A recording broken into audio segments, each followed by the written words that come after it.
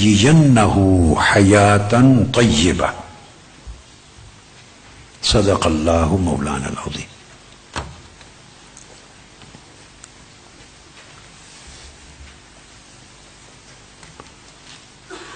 اچھا ہوتا بیٹے، یہ تو ابھی ہو گئی شروع کہ سب کے پاس نوٹ بکس ہونی چاہیے۔ فائدہ کیمپ کا یہ ہوتا ہے تاکہ ایک ایک چیز کو لکھیں۔ کچھ بھائیوں کے پاس، کچھ بہنوں کے پاس ہیں، مگر کوئی محروم نہ رہے، اپنے ریکارڈ بنایا کریں، پرسنل نوٹس بنائیں جو آپ کو اپنے لیے بھی کام آئے اور آگے بھی کام آئے۔ الحمدللہ تعالی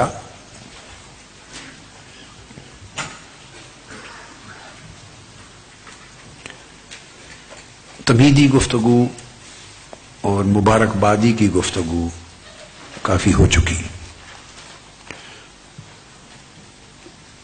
آج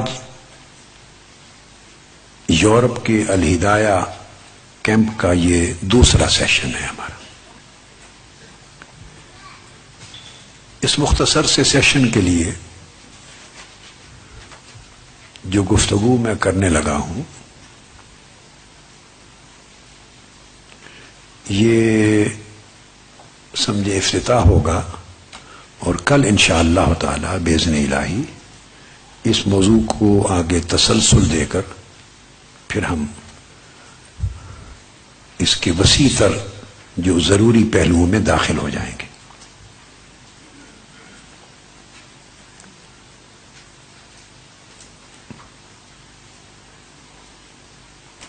قرآن مجید کی 2 آیات کریمہ کے حصے میں نے پڑھے ہیں۔ پہلی آیت اومن کان میتا فاحییناہ، یہ سورہ الانعام کی ہے، اور آیت نمبر 122 ہے، یعنی 6 ورس سورہ نمبر ہے، ورس نمبر 122۔ دوسری آیت جو پڑھی ہے فَلَنُحْيِيَنَّهُ حَيَاةً طَيِّبَةً، یہ سورہ النحل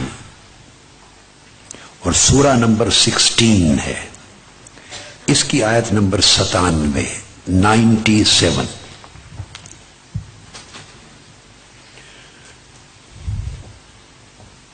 اس میں اللہ رب العزت نے بیان فرمایا پہلی آیہ کریمہ میں کہ جو شخص مردہ تھا اور ہم نے اسے زندہ کر دیا۔ یہ ایک مضمون ہے، پورا یہ ایک مضمون ہے۔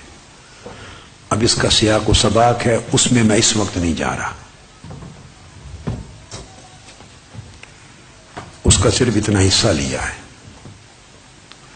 جس میں اللہ رب العزت نے ارشاد فرمایا کیا وہ شخص جو مردہ ہے اور وہ جسے ہم نے موت سے نکال کے زندہ کر دیا ہے، کیا دونوں برابر ہو سکتے ہیں؟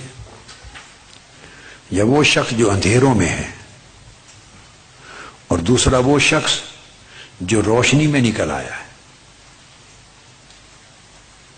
اور پھر اس کو نور مل گیا ہے اور وہ نور کے ساتھ لوگوں میں چلتا اور لوگوں کو بھی نور بانٹتا ہے، تو کیا اندھیروں میں رہنے والا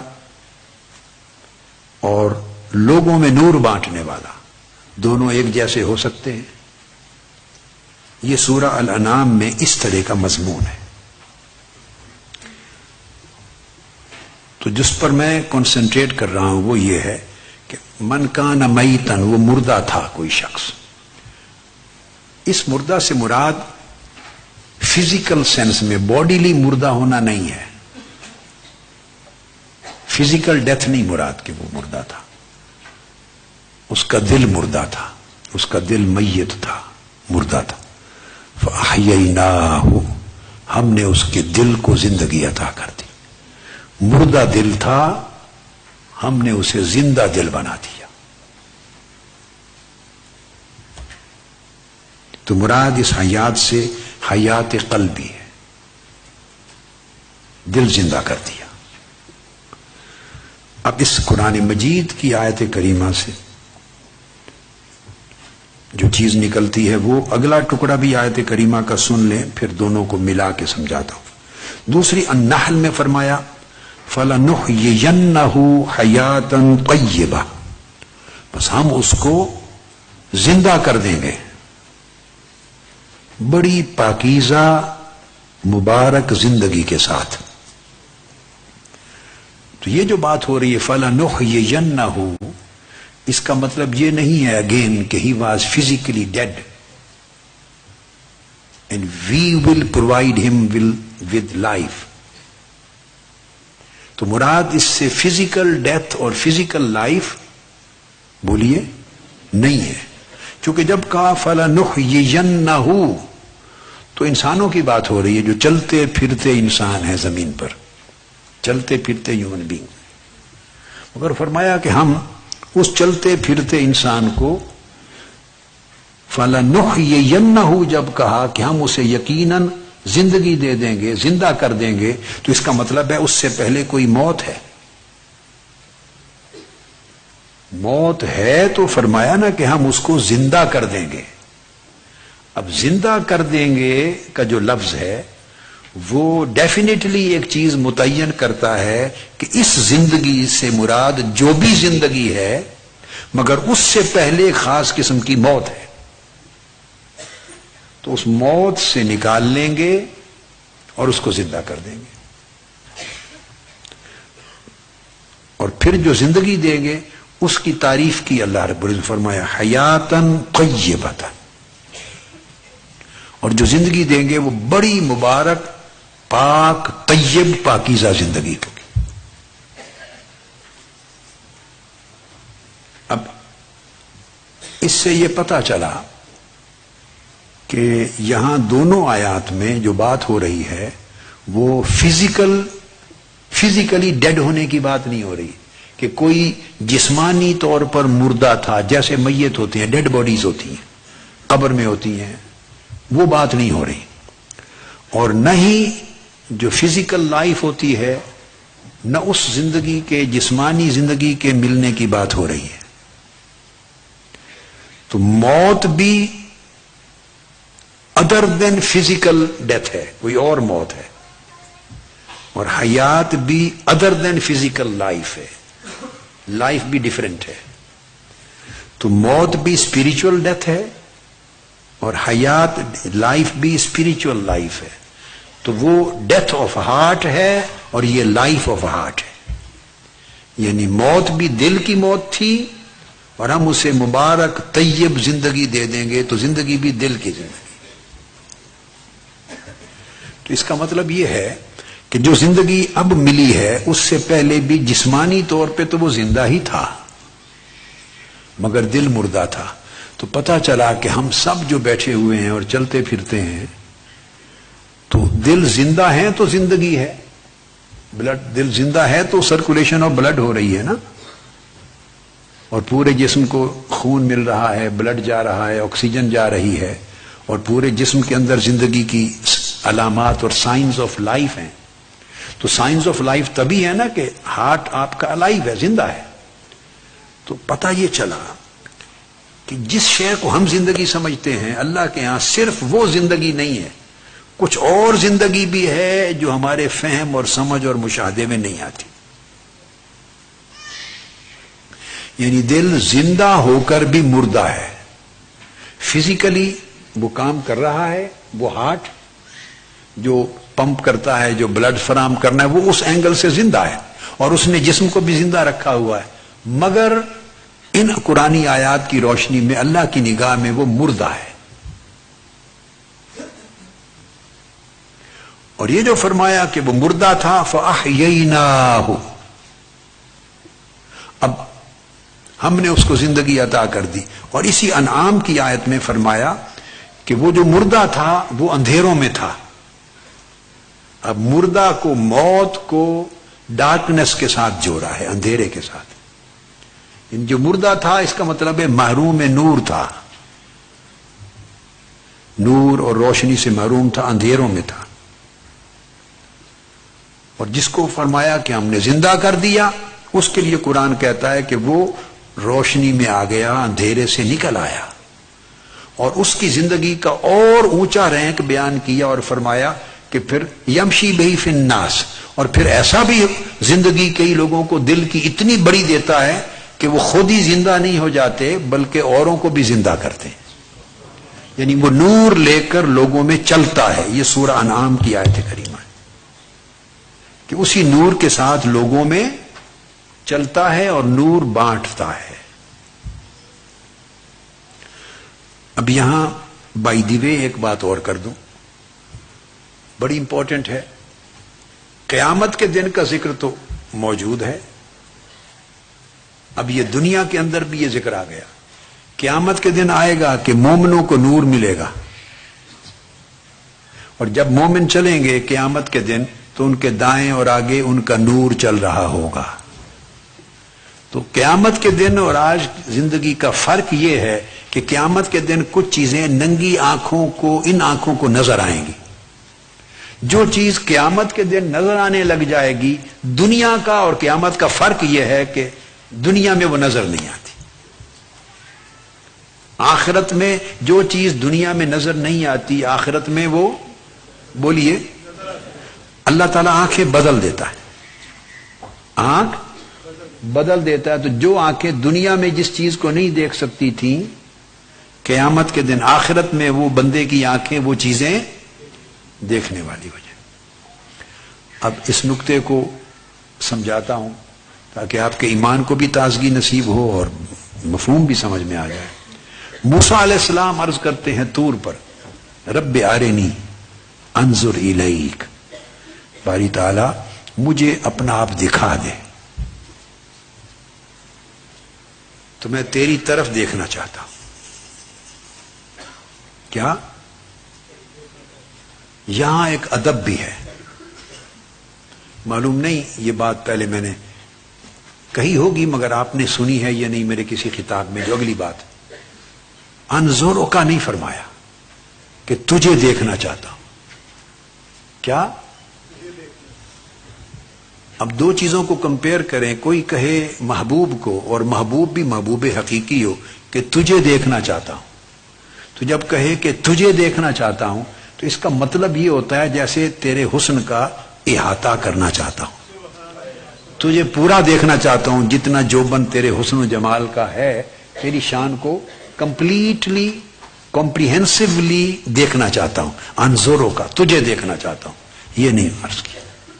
فمیں انظر الیک، باری تعالیٰ مجھے اپنا آپ دکھا، خود کہا اپنا آپ دکھا، رہ گیا میں تیری، تاکہ تیری طرف دیکھوں. اور جب کہتے ہیں کہ تیری طرف دیکھنا چاہتا ہوں، تیری طرف، تو اس کا مطلب ہے تو نظر، تیرا حسن تو میں نہیں دیکھ سکتا مگر تیری طرف ہی دیکھ لوں گا. یہ ادب ہے، یہ مقام ادب ہے. آپ سمجھ گئے نا؟ جب انظر الیک کہہ دیا اس میں احاطہ کا گمان نہیں رہتا، تیری طرف دیکھنا چاہتا ہوں. بڑا اونچا مقام ادب ہے.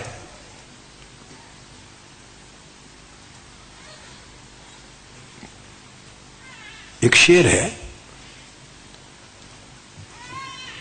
یہ احتیاط تمنا، یہ احترام تمنا، یہ احتیاط تمنا، یہ احترام جنوں. یہ احتیاط تمنا کہ دیکھ میرے محبوب میں تمنا بھی کر رہا ہوں، اور تمنا میں یعنی آرزو میں، ڈیزائر بھی پیش کر رہا ہوں، مگر اس کے اندر احتیاط کتنی کیئر کے ساتھ پیش کر رہا ہوں. تو میری تمنا میں احتیاط کتنی ہے، اور میرے جنون کا کے اندر نہیں، یہ احترام تمنا، یہ احتیاط جنوں کہ میری تمنا میں تیرا احترام کتنا ہے اور جنون میں احتیاط کتنی. حالانکہ جنون جو ہوتا ہے اس کی تو تعریف ہی یہ ہے کہ اس کو احتیاط ہی نہیں ہوتی. جنون تو جنون ہوتا ہے کہ تیرا ذکر کروں اور تیرا نام نہ لوں، کہ میرے جنون اور میرے عشق کی احتیاط دیکھ کہ ذکر تیرا ہی کر رہا ہوں مگر تیرا نام نہیں لے رہا. آپ سمجھ گئے نا؟ کوئی کسی کا نام لے کے کہے نام فلاں کی یہ بات ہے، یہ اور بات ہے، اور کوئی اس کا نام نہ لے کہے ان کی یہ بات ہے، اس میں ادب زیادہ ہوتا ہے. تو فرمایا انظرو کا نہیں، کہ تجھے دیکھ لوں. فہم انظر الیک، تیری طرف دیکھ لوں. اب وہ اللہ کی طرف دیکھنا چاہتے ہیں. اس پر بھی دنیا ہے نا، دنیا، اور موسیٰ علیہ السلام ہے. ان کو جواب آیا لن ترانی، تو نہیں دیکھ سکتا مجھے. تو دنیا میں موسیٰ علیہ السلام جیسا پیغمبر نہیں دیکھ سکتا، اور قیامت کے دن اور جنت میں ہر مومن دیکھ سکے گا. جنت میں جب مومن جائیں گے تو حدیث پاک میں مومنین بیٹھے ہوں گے اور اولیاء صالحین مومنین بیٹھے ہوں گے. صحیح بخاری اور مسلم میں اچانک اوپر سے آواز آئے گی السلام علیکم. سارے اولیاء صالحین اور مومن اوپر نظر اٹھائیں گے، نور چپکے گا کہ کس نے سلام کیا ہے. حیران ہوں گے کون ہے. تو اللہ پاک فرمائیں گے میں تمہارا رب ہوں.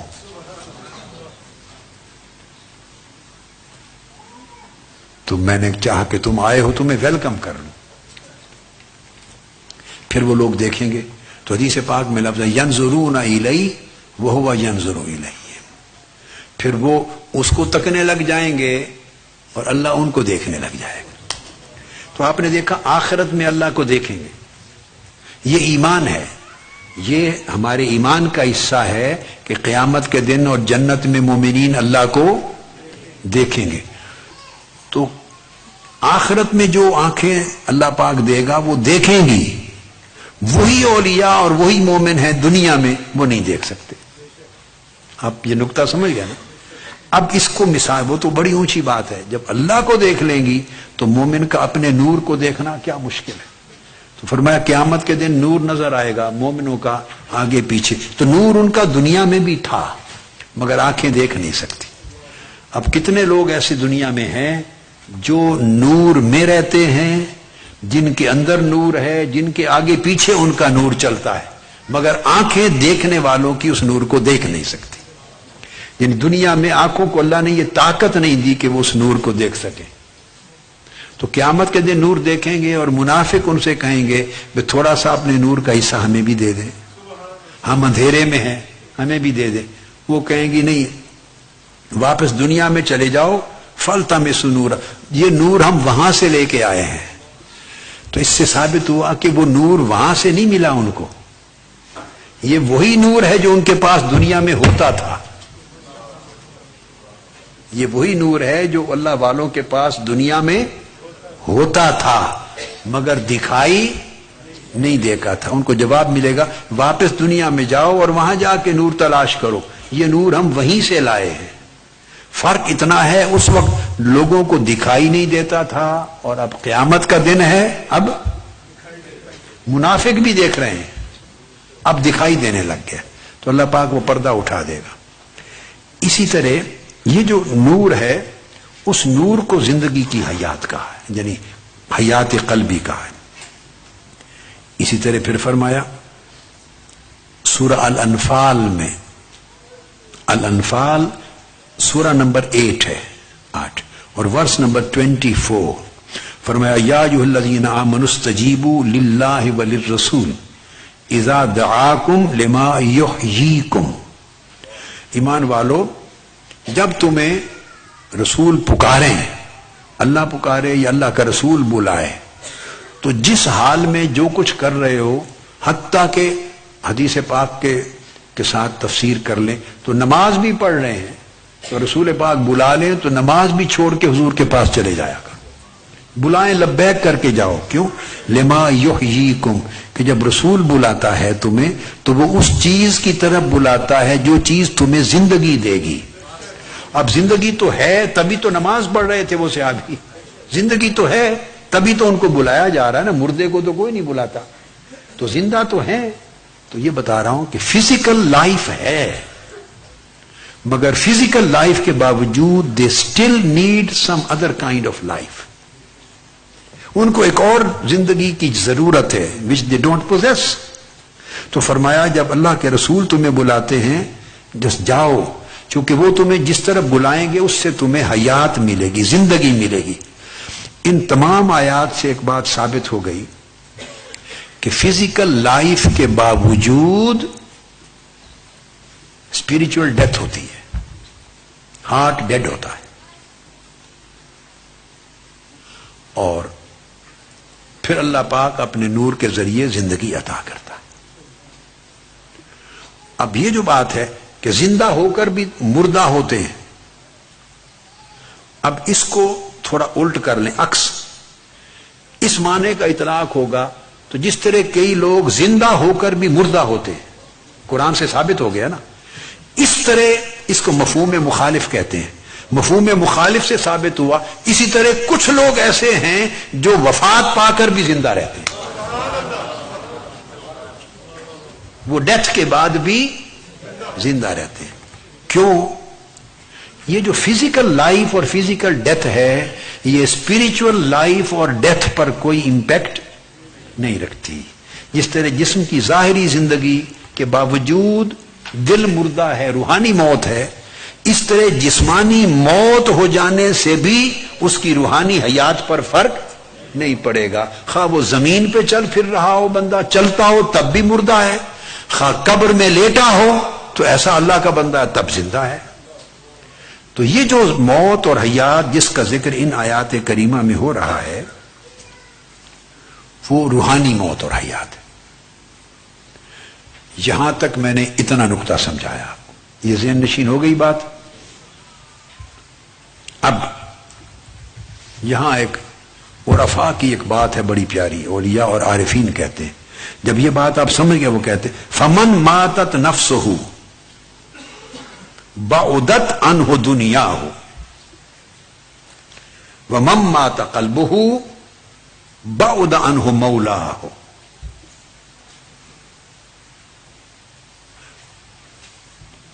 اب یہ جو درس کا مضمون سارا ہے یہ میری کتاب الرقائق والحقائق میں سے اس کا درس دے رہا ہوں، اور الرقائق والحقائق یہ چونکہ ابھی پرنٹ ہونی ہے تو مکمل کر کے دے آیا ہوں، تو اس کا پہلا درس ہے جو آج آپ کے یورپین کیمپ میں دے رہا ہوں، پہلا سبق پڑھا رہا ہوں اس کا، پبلش نہیں ہوئی نا ابھی۔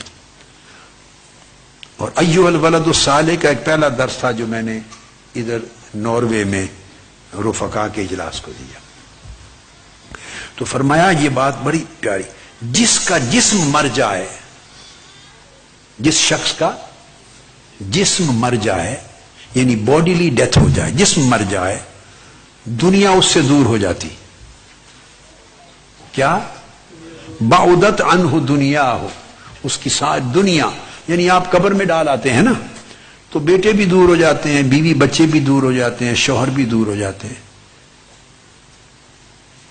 اعزا اقارب دور ہو جاتے ہیں، پیارے دور ہو جاتے ہیں، اپنے پرائے، ساری دنیا۔ جس کا جسم مر جائے بڑا قریبی سے قریبی بھی اس سے دور ہو جاتا، دنیا دور ہو جاتی۔ اور فرمایا ومن مات قلبہ بعد عنہ مولاہ، اور اس کے برعکس جس کا دل مر جائے اس کا مولا اس سے دور ہو جاتا ہے۔ جسم کی موت ہو جائے، کیا بولیں؟ جسم کی موت ہو جائے، پیچھے تک آخری قطار تک جو بیٹھے ہیں نا سارے توجہ سے بات کو سمجھ، جسم کی موت واقع ہو جائے، جسمانی موت، تو کون دور ہو جاتا ہے؟ ساری دنیا۔ کیا فرمایا؟ دنیا دور ہو جاتی ہے جسمانی موت پر۔ اور اگر روحانی موت ہو جائے، دل مر جائے، تو اللہ دور ہو جاتا۔ یہ جو اور دل زندہ ہو جائے تو اللہ قریب ہو جاتا ہے۔ یہ جو دل کی حیات ہے، کیا دل کی زندگی ہے، اس کو معرفت کہتے ہیں۔ یہ مضمون ہے جو آج کے لیے میں نے چنا۔ معرفت کا مضمون میں بیان کرنا چاہتا تھا تو یہ اس کی تمہید کی کہ معرفت کیسے، تو دل کا زندہ ہو جانا، اور زندہ کس طرح ہو جانا کہ زندہ کرنے والے کے ساتھ جب دل جڑ جائے، کس کے ساتھ؟ جو زندہ کرنے والا ہے، محیی، وہ اللہ ہے۔ تو زندہ کرنے والے کے ساتھ جو چیز جڑ جائے وہ بولیے زندہ ہو جاتی۔ دیکھیے آپ ہر روز دیکھتے ہیں ہاسپٹلز میں اس امر کا مشاہدہ کرتے ہیں کہ ایک آدمی بالکل قریب مرگ ہے تو اس کو آکسیجن پہ اور مشین پہ لگا دیتے ہیں جو ساری آرٹیفیشل لائف چلاتی ہے۔ آپ نے دیکھا ہے نا کبھی ہاسپٹلز میں مشینیں لگا دیتے ہیں، اس کے ہارٹ کو بھی وہ چلا رہی ہیں، اس کے لنگز کو بھی چلا رہی ہیں، برین کو بھی چلا رہی ہیں، ساری لائف مشینوں پر چلی جاتی ہے، اور 10 دن 15 دن مہینہ چلائے رکھتے ہیں۔ جب تنگ آ جاتے ہیں اور ساری میڈیسنز دے دے کر مریض جب زندہ یا شفا یاب نہیں ہوتا تو پیشنٹ کے لواحقین سے بلا کے پوچھتے ہیں کہ آپ بتاؤ مشینیں ہٹا دیں یا رکھیں، اور کب تک اس پیشنٹ کو مشینوں پر رکھنا ہے؟ یہ بات سمجھ آ گئی؟ کرتے ہیں؟ ایسا ہوتا ہے کہ نہیں؟ جس نے یہ زندگی میں کبھی دیکھا یا سنا ہے وہ ہاتھ کھڑا کرے۔ یہ تو معروف چیز ہے نا۔ وہ پوچھتے ہیں کب تک رکھنا ہے مشینوں پر، ہمیں آپ بتائیں۔ تو وہ پھر مشینیں اگر ہم ہٹا دیں گے تو بعض اوقات وہ ایکچولی بتا دیتے ہیں کہ اس کی ڈیتھ ہو گئی ہوئی ہے، اب مشینوں کے ساتھ آرٹیفیشلی زندگی دے رکھی ہے۔ تو مشینیں جب لگ جاتی ہیں، جڑ جاتا ہے، تو جتنا عرصہ چلے مشین کی طاقت اتنی ہے، مہینہ زندہ رکھ لے گی، 2 مہینے رکھ لے گی، تو وہ اس کو زندہ رکھتے ہیں۔ دوران خون کا دوران رہتا ہے، سرکولیشن آف بلڈ، اسی سے زندگی رہتی ہے، سو کالڈ لائف ہے۔ اور جب مشین سے ہٹ جائے، مشین کو جب ہٹا دیا اس جسم سے، تو موت واقع ہو گئی۔ اب مشین کو ہٹا دیں، مشین کو ایک طرف کر دیں، وہ بندہ ہے اور اس کو اللہ سے جوڑ دیں، تو جب اللہ سے جو بندہ جڑ جاتا ہے اس کا دل زندہ ہو جاتا ہے۔ تو اللہ کے ساتھ جڑنے سے دل زندہ رہتا ہے، اور جب جیسے مشین ہٹا دی تو موت ہو گئی، تو جو دل اللہ سے ہٹ گیا وہ مردہ ہو جاتا ہے۔ تو ہماری دل کی زندگی اور موت کا سارا انحصار اسی راز، اس کا راز یہ ہے کہ اگر دل اللہ سے جڑا رہا تو زندہ ہو رہا، اور اللہ سے کٹ گیا تو مردہ ہو گیا۔ تو یہ جو حقیقت معرفت ہے، معرفت کی حقیقت یہی ہے کہ اللہ کے ساتھ جڑنے سے جس دل کو زندگی مل جائے اس دل کی زندگی کو معرفت کہتے ہیں۔ آپ کے ذہنوں میں کئی بار سوال اٹھے ہوں گے، معرفت کا لفظ بڑا سنا ہوگا ہیں اور تذکرہ سنتے ہوں گے، مگر سوال کئی بار اٹھا ہوگا کہ معرفت ہوتی کیا ہے اور کیسے ہوتی ہے؟ یہ سوال آتا ہے کہ نہیں ذہن میں؟ اب آپ کو آج یہ معلوم ہو گیا کہ معرفت اللہ کے ساتھ دل کے جڑنے کی وجہ سے جو حیات قلبی نصیب ہوتی ہے، جو دل زندہ ہو جاتا ہے، اس حیات قلب کا نام معرفت ہے۔ اور حیات قلب یعنی دل کی زندگی کا نام معرفت، مطلب یہ کہ جو زندہ ہوتا ہے پھر اس کو نظر بھی آتا ہے۔ زندگی کی علامات کیا ہیں؟ زندہ اگر ویسے اور دوسرا پرابلم نابینا ہونے کا نہ ہو، بلائنڈنس کا، تو زندہ ہوتا ہے تو he can see because he is alive, he can hear, he can speak, he can touch, he can smell, he can feel. تو زندہ ہونے کا مطلب یہ ہے کہ وہ دیکھتا ہے، وہ سنتا ہے، بس۔ اور جو مردہ ہے وہ بولیے دیکھتا اور سنتا نہیں ہے۔ اس لیے بندہ جب عارف ہو جاتا ہے، یعنی اس کا دل زندہ ہو جاتا ہے، تو وہ چیزیں دیکھتا ہے جو مردہ دل لوگ نہیں دیکھتے، اور جس کا دل زندہ ہو جاتا ہے تو وہ باتیں، وہ چیزیں سنتا ہے جو مردہ دل نہیں سنتے، وہ چیزیں فیل کرتا ہے جو مردہ دل فیل نہیں کرتے۔ اس لیے وہ بعض اوقات ایسی باتیں کرتے ہیں جو لوگوں کی سمجھ میں نہیں آتی، چونکہ وہ لوگوں کو نہ سنائی دے رہی ہیں، نہ دکھائی دے رہی ہیں، نہ وہ اسمیل کر رہے ہیں، نہ فیل کر رہے ہیں، چونکہ وہ زندہ نہیں ہیں۔ تو مردے اور زندہ کا فرق ہے نا جی۔ اب ایک مردے کو اگر بولنے کی توفیق اللہ دے دے یا سننے کی توفیق دے دے تو ساتھ ایک زندہ بیٹھا وہ کہے واہ کتنا خوبصورت منظر ہے، مردہ کہے گا کون سا منظر، مجھے تو نہیں نظر آ رہا۔ وہ کہے گا تم مردہ ہو، تمہیں آنکھ نہیں ہے تو نظر کہاں سے آئے؟ وہ کہے گا کیا خوبصورت آواز ہے۔ کوئی حور الحور العین کوئی نغمہ گا رہی ہے جنت کا، کیا خوبصورت نغمہ ہے۔ وہ کہے گا کون سا نغمہ، مجھے تو نہیں سنائی دے رہا۔ کہیں گے تم مردہ ہو، تمہارے تو کہانی نہیں سنائی نہیں دے رہا۔ کیا خوبصورت جنت کے پھولوں کی خوشبو آ رہی ہے۔ وہ کہے گی کون سی خوشبو، تم اسمیل ہی نہیں کر سکتے، بھائی تم مردہ ہو۔ تو مردہ جو ہے اس میں سینسز ہی نہیں ہے، تو وہ بیچارہ کیا بولے گا۔ یہی حالت ایک عارف کی مردوں میں جب وہ زندہ رہتا چلتا پھرتا اس کی یہی اجنبیت ہوتی۔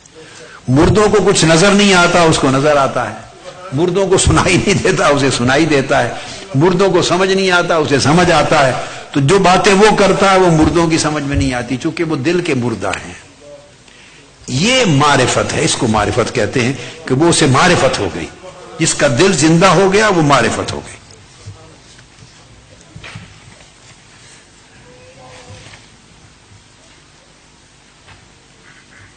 اب یہ چیز جان لینے کے بعد آگے یہاں تک آپ کو نقطہ سمجھ میں آ گیا کہ جس کا دل زندہ ہوا اس کو معرفت نصیب ہو گئی. اب یہ تو ہے دل کی زندگی. اس کے بعد پھر زندہ اور مردہ کے درمیان بھی ایک مرتبہ ہے، اور وہ ہے مریض کا مرتبہ.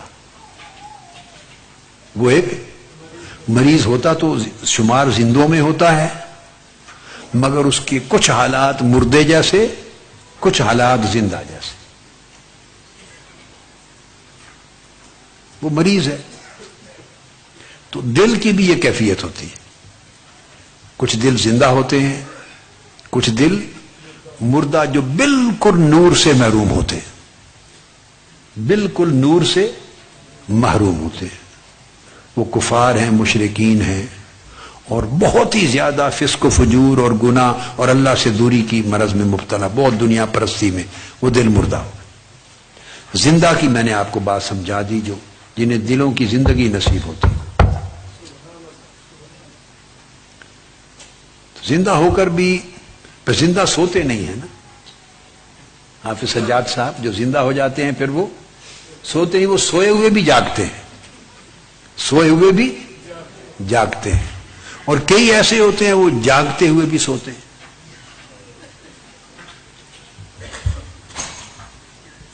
اب ان کے درمیان ایک درجہ ہے جس کو کہتے ہیں مریض. تو قلب بھی مریض ہوتے ہیں. اب آقا علیہ السلام نے یہ بات بیان فرمائی جو صحیح بخاری میں ہے. آپ نے فرمایا کہ ان فی الجسد مضغۃ، اے لوگوں، اس جسم کے اندر ایک گوشت کا ایک لوتھڑا ہوتا ہے، گوشت کا ایک ٹکڑا ہوتا ہے، قلب، دل. اذا صلحت صلح الجسد کلہ، اگر وہ صالح یعنی ٹھیک ہو جائے تو سارا جسم ٹھیک ہو جاتا ہے. اگر وہ صالح بن جائے، نیک ہو جائے، اچھا ہو جائے، صحت مند توانا ہو جائے تو سارا جسم توانا ہو جاتا ہے. اب جو جسم کی توانائی ہے یہ بھی ظاہری توانائی نہیں ہے. کیا مطلب ہے؟ اگر دل نیکی پر، طاعت پر، تقوی پر، نور پر زندہ ہو جائے اور اس کی اصلاح ہو جائے، قائم ہو جائے، تو پورا جسم صحیح ہو جاتا ہے. مطلب ہے پورا جسم طاعت کے اندر آ جاتا ہے. جسم کے اعضاء بھی نافرمان نہیں رہتے. ہاتھ، پاؤں، آنکھیں، دل، سارے جسم کے اعضاء بھی صالح اور نیک ہو جاتے. یعنی اس کا مطلب یہ ہوا کہ دل جو ہے اس کا فنکشن صرف پمپ کرنا نہیں ہے بلڈ کو، بلکہ وہ پورے جسم کے اعمال اور احوال کو بھی ریگولیٹ کرتا ہے. وہ جیسے فزیکلی ریگولیٹر ہے بلڈ کے لیے، اس طرح اسپرچل ریگولیٹر بھی ہے ہارٹ. وہ اسپرچل ریگولیٹر بھی ہے. وہ آپ کہہ سکتے ہیں، ڈاکٹر زاہد سوال کر سکتے ہیں کہ میں نے تو پوری زندگی پڑھا ہے تو اس میں تو سارے فنکشن بھی اس طرح کے ہیں، اس میں اسپرچل ریگولیشن کہاں سے آ گئی؟ نہیں، وہ جو قلب ہے وہ اس دل جو عضلہ، اس دل کے اندر ایک قلب ہوتا ہے. وہ وجود بھی روحانی ہے. وہ روح کا مرکز ہے، ہیڈ کوارٹر ہے جہاں روح جنم لیتی ہے. تو فرمایا اگر یہ سنور گیا تو پورا جسم سنور جاتا ہے، اطاعت گزار اور نیک ہو جاتا ہے. وَإِذَا فَسَدَتْ، اگر خراب ہو گیا، فَسَدَ الْجَسَدُ كُلُّهُ، تو پورا جسم فساد پذیر ہو جاتا ہے، خراب ہو جاتا ہے. تو یعنی جسم بھی گناہ، نافرمانی اور معاصی کی زد میں آ جاتا ہے، گناہ. فرمایا الا وہی القلب، فرمایا خبردار جان لو جو پورے جسم کو نیک بھی کر سکتا ہے، بد بھی کر سکتا ہے. کیا مطلب؟ یعنی پوری لائف کو نیکی پر چلا دے یا بدی پر لگا دے. وہ سارا کنٹرول عضو کے پاس ہے، ریگولیٹر ہے، اس کا نام دل ہے، قلب ہے۔ اب یہاں سے بھی پتا چلا کس طرح لائف کے سارے حالات دل کے ذریعے متعین ہوتے ہیں۔ آقا علیہ السلام نے یہ بھی ارشاد فرمایا، لا یستقیم العبد حتی یستقیم قلبہ، کوئی شخص اس وقت تک نیکی پر استقامت نہیں پا سکتا، نیکی پر قائم اور دائم، نیکی کے اوپر اسٹیڈ فاسٹ، نیکی پر فرم، رائچسنس پر، پائٹی پر فرم نہیں ہو سکتا، اس کو اسٹرینگتھ اس کی پائٹی کو نہیں مل سکتی جب تک حتی یستقیم قلبہ، کہ وہ استقامت اس کے دل کو نہ مل جائے۔ تو آپ یہ بات سمجھ گئے کہ سارے معاملات شروع کہاں سے ہوتے ہیں؟ بولیے اونچا، سارے معاملات دل سے شروع ہوتے ہیں۔ دل میں اگر نیکی اور اچھائی اور بھلائی آ جائے تو ساری بھلائی کے راستے کھل جاتے ہیں، اور دل میں بدی اور برائی آ جائے تو ساری برائی کے راستے کھل جاتے ہیں۔ دل میں اندھیرا اور ڈارکنس آ جائے تو پوری لائف مردہ ہو جاتی ہے اور اندھیروں میں ہو جاتی ہے۔ دل میں نور آ جائے تو پوری زندگی کو نور نصیب ہو جاتا ہے۔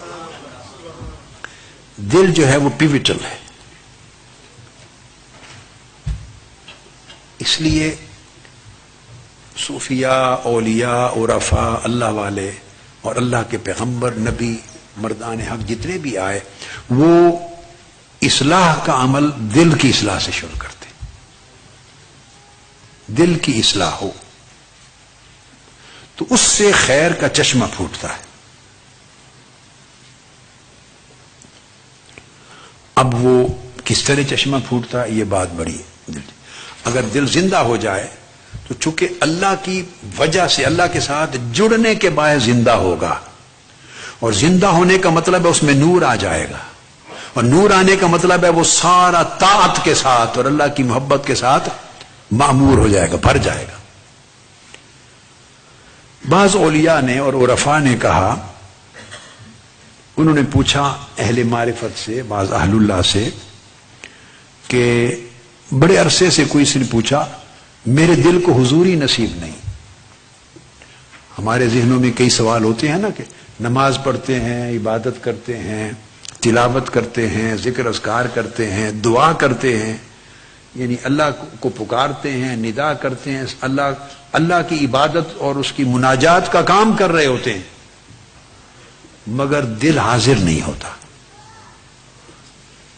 بس ایسے دعا ہے تو گزر گئی، عبادت کے کلمات تھے، نماز کے گزر گئے، رجوع اللہ تھا، گزر گیا، دل حاضر نہیں ہوتا۔ اس کی آپ نے اپنی زندگی میں کئی بار مثال دیکھی ہوگی، دل حاضر ہے یا نہیں اس کو سمجھنا تھوڑا سا مشکل ہے، تھوڑا سا۔ دماغ حاضر ہے یا نہیں اس کی مثال سے سمجھ آ جائے گی۔ کئی بار آپ نے دیکھا ہے کئی لوگ ایسے ہوتے ہیں جن کی کنسنٹریشن نہیں ہوتی ان میں، وہ بات سنتے ہیں، سن رہے ہوتے ہیں، مگر آپ کہتے ہیں یہ حاضر دماغ نہیں ہے، اس کی کنسنٹریشن نہیں ہے۔ ڈاکٹرز بھی کہتے ہیں کہ اس بچے کو، اس طالب علم کو کنسنٹریشن کی کمی ہے، وہ گھنٹوں گھنٹوں بیٹھتے ہیں کتابوں پر، وہ کہتے ہیں مجھے کچھ یاد نہیں ہوتا۔ ہر ایک کا پرابلم میموری کا پرابلم نہیں ہوتا، بعض اوقات بہت سے لوگوں کو کنسنٹریشن کا پرابلم ہوتا، اس کی کنسنٹریشن ہی نہیں ہے۔ کیا پڑھا؟ وہ گھنٹوں بیٹھا رہا، آنکھوں کے آگے الفاظ سطریں صفحے گزرتے رہے، اس کی کنسنٹریشن ہی نہیں، تو وہ پھر آگے جب یاد کیسے ہوگا؟ بعض اوقات آپ گفتگو سنتے ہیں، خطاب، تو بعض پریشانیاں ہوتی ہیں اس کا سبب، بعضوں کی کنسنٹریشن کا یا بعض اوقات لیک آف الرٹنس ہوتی ہے۔ آپ ایک چیز کو دیکھتے ہیں تو غلط پڑ جاتے ہیں، آپ دیکھتے ہیں تو پیج نمبر غلط پڑ جاتے ہیں، لفظ کچھ اور لکھا ہوا تھا، صحیح پڑھ رہے ہیں، کچھ اور سمجھ کے پڑھ رہے ہیں، غلط پڑھ لیا۔ ڈاکٹر کے پاس جاتے ہیں، یہ کیا میٹر؟ وہ کہتا ہے یہ لیک آف الرٹنس ہے، الرٹ نہیں ہے مائنڈ آپ کا۔ اس کے پھر ریزنز الگ ہوتے ہیں، میڈیکل ریزنز ہوتے ہیں، لیکن میں آپ کو صرف علامات سمجھا رہا ہوں کہ اگر دماغ یعنی مائنڈ الرٹ نہ ہو تو چیزیں آپ کے سامنے ہوتی ہیں، آپ غلط پڑھ رہے ہیں۔ کنسنٹریشن نہ ہو تو آپ جو پڑھے جا رہے ہیں یا سن رہے ہیں آپ کی سمجھ میں نہیں آتا کیا. بعد میں اگر پوچھیں بھی وہ بات یاد ہے میں نے کیا کہی تھی, کہتے ہیں کیا بات, وہ اس کے کان سن رہے تھے مگر دماغ اس کا الرٹ نہیں تھا یا کنسنٹریشن نہیں تھی, وہ چیز ہی اتر جاتی. اب یہ مثال تو سمجھ میں آ گئی. ایسا تو ہوتا ہے کہ نہیں واقعہ زندگی میں؟ بعض اوقات عارضی پرابلم ہوتا ہے آدمی کو, یاداشت میں عارضی پرابلم ہے, کوئی مشکل ہے, پریشانی ہے, ذہن تفکرات میں ہے, تو وہ بھی اس پر بھی یہ حالت وارد ہو جاتی ہے. تو بعض اوقات پرماننٹ پرابلم ہوتا ہے, اس کی پھر الگ ایکسرسائزز ہوتی ہیں, ٹریٹمنٹس ہوتے ہیں, تھراپیز ہوتی ہیں, جس سے وہ چیزیں, اور اگر کوئی میڈیکل ریزن ہے تو پھر وہ ہوتا ہے, پھر وہ اس کی الرٹنس اور کنسنٹریشن اس کی ریسٹور کرواتے ہیں. جس طرح دماغ حاضر نہیں ہوتا اس طرح عبادات میں بہت سو کا دل حاضر نہیں ہوتا. اب آپ سمجھ گئے بات کو؟ اب اس مثال سے اچھی طرح سمجھ آ گئی بات کی. بندہ عبادت کرتا ہے, اللہ کا ذکر کر رہا ہے, تلاوت کر رہا ہے, مناجات کر رہا ہے, دعا کر رہا ہے, مگر دل حاضر نہیں. تو کسی نے سوال کیا کہ میں بڑی کوشش, دل حاضر نہیں پاتا, کیا کروں؟ اب دل حاضر ہونا اس کے بھی دو درجے ہیں. پہلا کہ دل حاضر ہو اس چیز میں جو عبادت, جو ذکر, جو طاعت, جو تلاوت آپ کر رہے ہیں, اللہ کی یاد, مناجات, اس میں دل حاضر ہو. یہ ادنا درجہ ہے, دل کی حاضری. کیا؟ یہ ادنا درجہ ہے, پہلا درجہ ہے. تو ہر شخص جو حاضر دماغ ہوتا ہے اسی طرح حاضر قلب. ہر شخص جس کا دل حاضر ہو, ضروری نہیں کہ وہ صاحب حضور قلب بھی ہے. دل کا حاضر ہونا اور چیز ہے, اور دل کو حضور نصیب ہونا اس سے اوپر کی چیز ہے. اس کو حضور قلبی کہتے ہیں. کیا؟ یعنی دل کی حضوری. دل کی ایک ہے کہ آپ کے ذکر میں, اذکار میں, عبادات میں, طاعت میں, تلاوت میں, نیک کام میں جو کر رہے ہیں تو دل جمی کے ساتھ دل حاضر ہے. دل آپ کے ذکر اور آپ کی طاعت کے ساتھ جڑا ہوا ہے, کنیکٹڈ ہے, ڈسکنیکٹڈ نہیں ہے. جو عبادت اور تلاوت کر رہے ہیں اس جگہ سے ڈس اپیئر نہیں ہوا, دل کنیکٹڈ ہے. یہ ہے دل کا حاضر ہونا, جیسے دماغ کا حاضر ہونا. ٹھیک ہے. اب اگلی بات کہی, دل کا حاضر ہونا ایک درجہ ہے, اور یہ کئی لوگوں کو نصیب ہو جاتی ہے کہ اس کا دل حاضر ہے, یعنی دل جمی ہو گئی. ظاہری عبادت, عمل, طاعت, تلاوت, ذکر, اذکار, دعا جہاں کر رہا ہے اس کے ساتھ دل اس کا جڑا ہوا, کنیکٹڈ ہے. یہ کنیکشن ہے, یہ ہو گئی حاضری. کچھ لوگ اس سے بلند درجے کے لوگ ہوتے ہیں اور ان کا دل کا حاضر ہونا وہ ذکر کے ساتھ نہیں ہوتا, وہ مذکور کے ساتھ ہوتا ہے. یعنی وہ اللہ کی بارگاہ میں حاضر ہو جائے تو اس کو حضوری کہتے ہیں. پہلے تھا ذکر کے ساتھ حاضر ہو. کیا؟ اور اب کیا بات بتا رہا ہوں, جس کا ذکر ہو رہا ہے اس کی بارگاہ میں حاضر ہو. تو اس کی بارگاہ میں تب حاضر ہوتا ہے دل جو دل اس کے ساتھ جڑ جاتے ہیں. اس کو کہتے ہیں کہ اس کے دل کو حضوری حاصل ہے. اس کے دل کو حضوری رسائی ہے. کیا؟ اب اس کو بھی مثال سے سمجھا دوں تاکہ آپ کو اور ایزی ہو جائے. جیسے میں نے دماغ کی مثال دی, بھئی یہ حاضر دماغ نہیں, اور اگر کسی کو الرٹنس مل جائے اور کنسنٹریشن مل جائے تو کیا ہر وہ شخص جس کو دماغی الرٹنس اور کنسنٹریشن مل گئی ہے کیا اس کو دماغ کی رسائی بھی مل جائے گی کہ جو بات سمجھائی جا رہی ہے اس کی ڈیپتھ تک اس کے سارے راز بھی سمجھ جائے گا, پا جائے گا؟ کیا یہ انٹلیکچوئل کیپیسٹی بھی مل جائے گی؟ نہیں. ابھی تو الرٹ ہوا ہے, بقایا تو کیپیسٹی ہے, کتنا اس کو پاتا ہے اور کتنا نہیں پاتا. تو پہلا درجہ کہ جو غیر حاضر تھا دماغ وہ کم سے کم حاضر ہو گیا. اب حاضر ہو جانے کے بعد کتنا سمجھتا ہے, کتنی رسائی پاتا ہے اور کتنی نہیں پاتا, یہ پھر اس کا اپنا, اب سمجھ گیا, نصیب ہے. اسی طرح دل کا حال ہے، جو غیر حاضر تھا وہ حاضر ہو گیا، وہ حاضر ہو گیا، اور اب اس سے آگے حاضر ہونے کا مطلب یہ نہیں کہ رسائی بھی پا گیا، جس کا ذکر ہو رہا تھا، جو مذکور تھا، جس بارگاہ میں کی یاد ہو رہی تھی کہ اس بارگاہ میں بھی پہنچ گیا، تو اس مجلس میں حاضر ہونے کا مطلب نہیں کہ وہاں بھی پہنچ گیا، وہ رسائی ہے، اس کو حضوری کہتے ہیں۔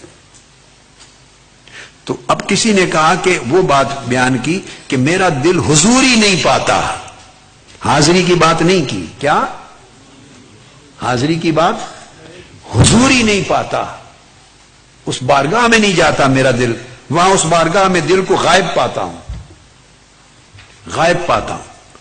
تو انہوں نے جواب دیا کہ پوچھا کہ کب میرا دل وہاں پہنچے گا کہ میں دل کو پاؤں اللہ کی بارگاہ میں، کب ایسا ہوگا؟ فرمایا اذا نازل فیہ الحق، جب تمہارے دل میں حق، تمہارے دل میں اللہ ٹھکانہ کر لے گا، جب تمہارے دل میں اللہ آئے گا، اللہ اترے گا، تب تم اس کی بارگاہ میں دل کی حضوری پاؤ گے۔ تو انہوں نے پوچھا کہ اللہ کب اترے گا میرے دل میں؟ اللہ کا نزول، کیا میرے دل میں اللہ کا نزول کب ہوگا؟ اللہ کب میرے دل میں آئے گا؟ تو جواب دی اذا ارتحل عنہ ما دون الحق، فرمایا جب اس کے غیروں کو دل سے نکال دو گے، جب غیر چلے جائیں گے تو وہ آ جائے گا، وہ غیروں کے ہوتے ہوئے اس دل میں نہیں آتا۔ یہ بات سمجھ میں آئی؟ اور غیر کون ہے؟ ہر وہ چیز جو اللہ کو پسند نہیں ہے، تو دل میں اس کی محبت اور شہوت اور رغبت بھی لگی ہوئی پڑی ہوئی ہو، اور چاہے کہ اس میں اللہ بھی آ جائے، تو اللہ کی غیرت اسے گوارا نہیں کرتی۔ وہ کہتا ہے بھئی تم نے ان کو دل میں سجایا ہوا ہے تو اسی سے دل لگا لو۔ فرمایا اذا ارتحل عنہ ما دون الحق، جب اس کے غیر نکل جائیں گے تب وہ آ جائے گا۔ وہ ایک شعر ہے، بہت پہلے زمانے میں نے اپنے خطابات میں پڑھا ہے، اب تو بڑا عرصہ گزر گیا وہ پڑھا نہیں، وہ اب تو آجا اب تو خلوت ہو گئی، اس کا پہلا مصرع ہر تمنا دل سے رخصت ہو گئی۔ دیکھو نا آپ کتنے اچھے لوگ ہیں آپ، میں نے جس نے یہ شعر پڑھا اور سنایا دنیا کو وہ خود بھول گیا ہے، اور جنہوں نے سنا کیسٹوں سے تو ان کو یاد ہے، خطابات سے ہی یاد ہے نا۔ ہر تمنا، یہ خلاصہ ہے اس کلام کا، ہر تمنا دل سے رخصت ہو گئی۔ واہ واہ واہ، ہر تمنا دل سے رخصت ہو گئی، اب تو آ جا اب تو خلوت ہو گئی۔ تو اس کا قاعدہ یہ ہے کہ جب اس کے غیر چلے جاتے ہیں دل سے، اور دل نیا خانہ بن جاتا ہے، خلوت کدہ بن جاتا ہے، اس میں کوئی اور غیر نہیں رہتا، اور دل خالی ہو جاتا ہے، اس وقت وہ جلوہ گر ہو جاتا ہے۔ اور جب، اب میں آپ کو وہی معرفت کی طرف لا رہا تھا کہ جب وہ دل خالی ہو گیا غیر سے، تب وہ جلوہ گر ہوا، اور جب وہ جلوہ گر ہوا تو دل زندہ ہو گیا،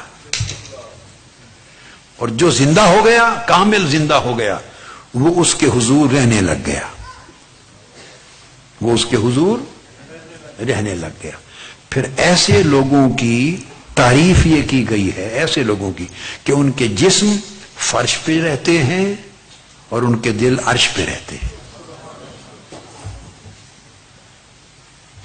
اب یہ جملہ آپ نے پہلے بھی کئی بار سنا ہوگا، مگر معنی آج سمجھ میں آیا نا کہ کیسے دل عرش فرش پہ رہتے ہیں اور دل، ہاں کہ جسم تو فرش پہ ہی چلتے ہیں زمین پر، اور دل عرش میں رہتے ہیں کہ دل نہا خانہ بن جاتا ہے، خلوت کدہ بن جاتا ہے، اس میں اللہ پاک جلوہ گر ہو جاتا ہے، اور جس میں اللہ جلوہ کر لے وہی عرش ہے،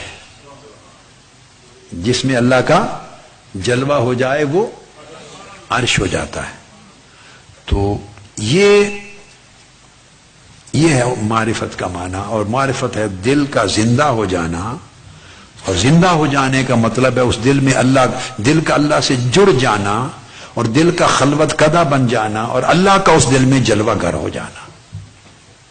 یہ ایک ترتیب ہے، ایک پروسیس ہے، اور اس کے لیے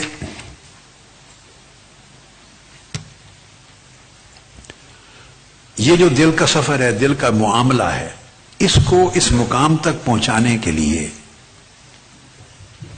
ہر چیز کا ایک طریقہ کار ہوتا ہے نا۔ اب وہ طریقہ کار سمجھا دیتا ہوں۔ اس مقام جانے کے لیے 10 درجے ہیں، سٹیپس ہیں۔ کتنے سٹیپس ہیں؟ دل کے اندر، یعنی جب آدمی ایک گناہ کرتا ہے یا اللہ کی نافرمانی کرتا ہے یا دنیا پرستی کا کوئی عمل کرتا ہے یا کوئی ناپسندیدہ فعل کرتا ہے، تو یاد رکھ لیں جب آدمی کوئی ڈیڈ اور کوئی ایکشن جب پرفارم کرتا ہے تو اسٹریٹ اوے فعل وجود میں نہیں آتا۔ ایسا نہیں ہوتا کہ اسٹریٹ اوے یہ ایک ایکٹ ہے which appeared in your life، اس کے پیچھے ایک سٹوری ہوتی ہے، سٹیپس ہوتے ہیں۔ جب آپ کوئی کام کرتے ہیں، you perform any act، so behind that act there are 10 stages جس سے وہ فعل، وہ ایکشن گزر کے آتا ہے، through those 10 stages گزر کے آتا ہے۔ سب سے پہلا الخاطر کہتے ہیں اس کو۔ کیا؟ خاطر۔ آپ کہتے ہیں میں اس کو خاطر میں نہیں لاتا، لفظ بولتے ہیں نا اردو پنجابی میں، خاطر میں نہیں لاتا۔ تو خاطر ایک ایسا ایک ویو ہے، یا ایک جگنو کی، جس طرح جگنو کبھی چمکتا اور بجھ جاتی ہے اس کی شعاع، بس ایک ایسی ہلکی سی ایک جھلک ہے۔ آپ کوئی چیز دیکھتے ہیں، کوئی خواہش کرتے ہیں، کسی پہ نگاہ ڈالتے ہیں، کسی کا شوق کرتے ہیں، اور لوگوں کو کوئی معاملہ دیکھتے ہیں، کوئی طلب پیدا ہوتی ہے، کوئی میٹر دنیا میں رہتے ہوئے، تو ایک خیال ہوتا ہے جو گزرتا ہے آپ کے دل سے۔ آپ بات کو سمجھ گئے؟ جسٹ ایک ویو کی طرح، یا ویو سے بھی کم، ایک ہلکی سی کرن کی طرح ایک خیال ہوتا ہے جو گزر جاتا ہے، جسٹ ونس۔ جو خیال ایک بار گزرے اس کو خاطر کہتے ہیں۔ جمے نہیں، جمتا نہیں۔ کیا؟ ابھی جمع نہیں ہے، وہ گزر گیا، اس کو خاطر کہتے ہیں۔ اور اسی سے عربی اور اردو میں خطرہ کا لفظ بھی ہے۔ خطرہ ایک فیئر ہوتا ہے نا، اور وہ فیئر ابھی کوئی اس کی ایگزسٹنس نہیں ہے، ابھی اس کی کوئی اپیئرنس نہیں ہے، بس ایک خوف سا ہے، ایک خوف کا ایک ہلکا سا ایک موہوم سا خیال ہے، جس کو آپ خطرہ کہتے ہیں کہ مجھے خطرہ محسوس ہو رہا ہے۔ اب کوئی پکڑے کو دکھاؤ کیا ہے تو آپ بیان نہیں کر سکتے، بس ایک خیال ہے جو گزرتا ہے۔ خطرہ بھی اسی سے بنا ہے، یہ خاطر ہے قلب کی۔ تو برائی کا، ایک برائی کو ذہن میں رکھ لینا، گناہ کا کام ہے، اس گناہ سے پہلے گناہ کا سفر خاطر سے شروع ہوتا ہے۔ کبھی کوئی خیال گزر گیا، اس کا علاج نہیں کرتے، ہم کبھی نوٹس نہیں لیتے، یہ جو خیال گزرا ہم ایسے جھٹک دیتے ہیں، کبھی نوٹس نہیں لیتے اس کا کہ یہ کیوں گزرا۔ اس نے آپ کا دل و دماغ کیوں چنا؟ کوئی کمزوری تو اس نے پائی نا، کوئی جگہ انٹر ہونے کی تو پائی نا۔ آپ سمجھ گئے نا؟ کوئی جگہ، کوئی ونڈو تو اوپن اس کو ملی نا کہ وہ گزر گیا۔ اگر مکمل طور پہ بند ہوتا اور محفوظ ہوتا تو وہ گزر نہ سکتا۔ تو کچھ چیز اس کو کھلی ملی ہے۔ تو خاطر جب وجود میں آتا ہے، خاطر پہلا درجہ، اس کا مطلب ہے کہ کوئی راستہ ملا ہے۔ اس مرحلے پر علاج ہونا چاہیے تھا۔ میں آپ کو پورا بتا رہا ہوں کہ دل مردہ کیسے ہوتے ہیں اور موت سے نکل کے زندہ دل تک کیسے سفر طے ہوتا ہے۔ کب جا کے وہ مرحلہ آتا ہے. ہم اس مرحلے پر کوئی اقدام اس کی حفاظت کا نہیں کرتے، علاج نہیں کرتے. یہ جو ڈاکٹرز بولتے ہیں کہ ٹریٹمنٹ سے یا میڈیسن بہتر ہے کیئر، واٹ ڈو یو سے؟ Care is better than prevention, is better than cure.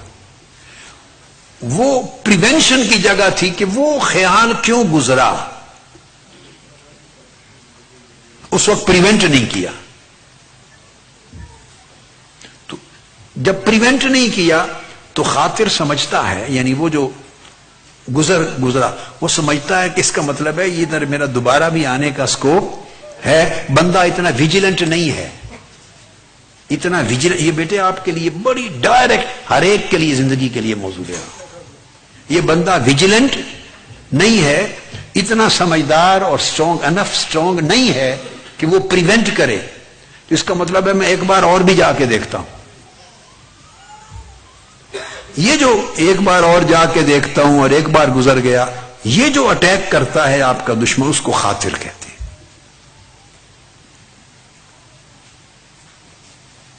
اگر اس کو نہ روکا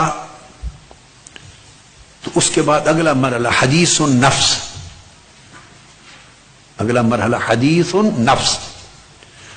چونکہ نہیں روکا تو پھر وہ جب گزرتا ہے تو کوئی بندہ گزر جائے، کیچڑ ہو، گیلی زمین ہو، گزر جائے، وہ تو چلا گیا، تو پاؤں کے نشان چھوڑ جاتا ہے یا نہیں؟ جو گزرتا ہے گیلی زمین ہو، کیچڑ ہو، تو نشان چھوڑ جاتا ہے یا نہیں؟ اور اب گیلی زمین کو بھی چھوڑ دیں، چور آ جائے اور آپ کے گھر تالا کھولے، چکر لگائے، تو لوگ فنگر پرنٹس دیکھتے ہیں کہ نہیں؟ تو اب تو دنیا بڑی ایڈوانس ہو گئی نا. تو فنگر پرنٹس کیا ہیں؟ وہ آج کے گزر گیا مگر پرنٹس چھوڑ گیا. تو پرنٹس کو دیکھ کر لوگ پھر آگے چور تک پہنچتے ہیں. وہ جو پرنٹس چھوڑ گیا تو وہ ایک تھوڑا سا امپیکٹ رکھتے ہیں. تو جو نفس ہے انسان کا، وہ جو گزر گیا تھا خیال، تو کبھی کبھی اس کا خیال کرتا ہے. آپ کو میری بات سمجھ آ رہی؟ وہ جو ایک بار آیا تھا، گزر گیا، کسی گناہ کا خیال، کسی خرابی کا خیال، اور اس کے اندر کوئی چھپی ہوئی رغبت ہوگی، کوئی چھپی ہوئی لذت ہوگی، کوئی چھپی ہوئی شہوت ہوگی، کوئی چھپی ہوئی چیز ہوگی اٹریکٹ کرنے والی، اٹریکشن ہوگی. وہ گزر گیا، پرنٹ چھوڑ گیا. وہ جو پرنٹ ہے، جو نفس ہے، وہ اس پرنٹ کا خیال کرتا ہے، اس کو بار بار دیکھتا ہے اور اس کی بات کرتا ہے کہ یہ کیا تھا خیال، یہ کیا نقش چھوڑ گیا. تو نفس اس میں تھوڑا سا، اس کے خیال میں، اس کی یاد میں، اس کے ذکر میں، یا تھوڑا سا میموریز میں وہ اس کا نقش آتا ہے. وہ جو چیز میموریز میں پرنٹ چھوڑ جاتا ہے، اس کو حدیث النفس کہتے ہیں کہ نفس میں اس کا پھر خیال آتا ہے، اس خیال کا خیال آتا ہے، یعنی اس خیال کے گزرنے کا خیال آتا ہے. کیا؟ وہ جو گزرا تھا خیال، just for a single moment, اس مومنٹ کا خیال آتا ہے. اب اگر پلٹ کر آپ کو، اگر تو بالکل خیال اس کے بعد آیا ہی نہیں، تو اس کا مطلب ہے کہیں نہ کہیں پریونشن ہو گئی، پریونشن ہو گئی. اور اگر وہ تو گزر گیا لیکن اب اس کی صدا سنائی دے رہی ہے اور اس کا خیال آ رہا ہے، اس گزرے ہوئے کا خیال آ رہا ہے، تو اس کا مطلب ہے پریونشن نہیں ہوئی. نفس اس کے خیال میں کچھ تھوڑا سا لگ گیا ہے، نقص تھوڑا سا انوالو ہو گیا ہے اس کے خیال میں. اس کو حدیث النفس کہتے ہیں. اور اگر یہ عمل چلتا رہے تو وہ پھر دوبارہ آتا ہے، وہ خیال پھر وہ دیکھتا ہے پریونٹ نہیں ہوا، کھڑکی بند نہیں کی، دروازہ بند نہیں کیا، تو پھر گزر کے دیکھ لوں ایک آدھ بار، پھر گزرتا ہے. اس لیے کہ پہلے تو نفس انوالو بھی نہیں تھا، اب تو نفس اس کو ہلکا ہلکا خیال بھی کرتا ہے اس کا، تو وہ پھر تیسری بار پھر گزرتا ہے، پھر گزرتا ہے. اور جب گزرتا ہے تو اب اس کا خیال بن جاتا ہے، اس کا خیال آنے لگتا ہے. پہلے گزر گیا تھا، پھر اس گزرے ہوئے کا خیال آیا تھا، اب اٹ سیلف آپ کے ذہن میں، من میں، دل میں خیال بن گیا ہے. اب وہ آف اینڈ آن، یعنی تھوڑا سا فریکوینٹلی اب وہ چیز آتی ہے آپ کی، اس کو کہتے ہیں مرتبہ ہم، الہم، یعنی وہ آپ کو خیال بن گیا. پہلے فقط گزرا تھا، پھر اس کی یاداشت آتی رہی، پھر اس خیال نے تھوڑی سی جگہ بنا لی. تو وہ خیال جب کہتے ہیں نا مجھے یہ خیال آ رہا ہے، تو خیال کی جو ڈیوریشن ہے وہ زیادہ ہو جاتی ہے. جو رہنے لگے تھوڑا تھوڑا اس کو خیال کہتے ہیں. جب آیا تھا گزر گیا تھا، سٹے نہیں کیا تھا اس نے، تو وہ خاطر تھا. اب وہ تھوڑا سا سٹے کرنے لگے اور نفس میں تھوڑی سی جگہ بن جائے، اس کو تھوڑے سے سٹے کی، تو اس کو الہم کہتے ہیں، جس کو اردو میں ہم خیال کا لفظ دیتے ہیں، وہ الہم. یہ راستہ نکالتا ہے. گناہ، برائی، معصیت، نافرمانی اور شہوتیں اور اس کی لذتیں دنیا کی اس طرح انٹر ہوتی ہیں جو آگے الٹیمیٹلی دل کو موت کی طرف لے جاتی ہیں. بس ابھی ہمارا ٹائم ہو گیا ہے، تو ابھی 3 میں نے جو ہے نا سٹیجز آپ کی بیان کی، تو 10 سٹیجز مکمل کروں گا انشاءاللہ. اس مضمون کو کل پھر جو سیشن ہوگا شروع کریں گے. اب آپ یہاں تک خیال میں رکھیں کہ پہلے خیال گزرا تھا، پھر خیال کی یاد آئی، اب وہ خیال بن گیا. کیا؟ پہلے کوئی خیال گزرا تھا، پھر خیال کی نفس یاد آئی، اور پھر وہ خیال بن گیا. تھوڑا سا خیال آ گیا ذہن میں اور تھوڑی سی جگہ پا کے بیٹھ گیا. ہم تو پہلا الخاطر تھا، دوسرا حدیث النفس تھا، تیسرا الہم تھا. انشاءاللہ کل پھر آگے اس خیال سے آگے چلیں گے. والسلام علیکم ورحمۃ اللہ وبرکاتہ.